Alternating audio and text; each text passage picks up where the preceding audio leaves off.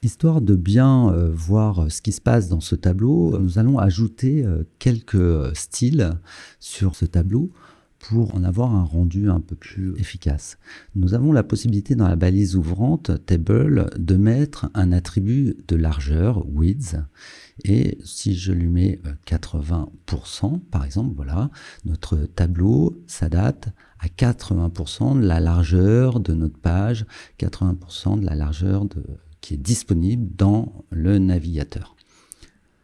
Nous avons également un autre attribut, on va essayer de voir un petit peu les cellules de notre tableau. Nous avons l'attribut border.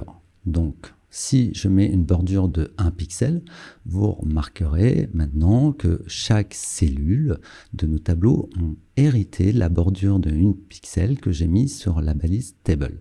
Donc le tableau se retrouve bien avec une bordure de 1 pixel tout autour, et chaque cellule également a hérité de ces 1 pixel de bordure. Vous remarquerez également qu'on a un petit espace entre chaque cellule de tableau.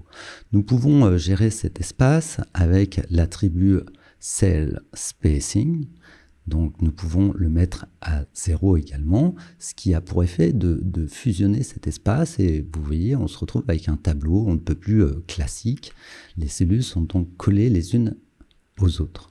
Le dernier attribut que je vais vous montrer, c'est donc le Cell Padding, ici.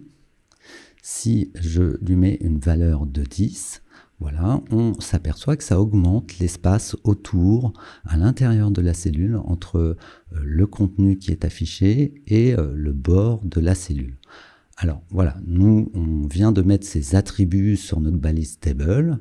Sachez que normalement, en temps général, nous mettrons ces attributs plutôt dans le code CSS. On ne va pas polluer notre code HTML avec des attributs de la sorte. Le dernier attribut que je voudrais vous montrer, c'est l'attribut Scope. Scope, qui est un attribut qui référence les cellules auxquelles l'élément est lié. Donc c'est un attribut qui peut prendre les valeurs raw et col.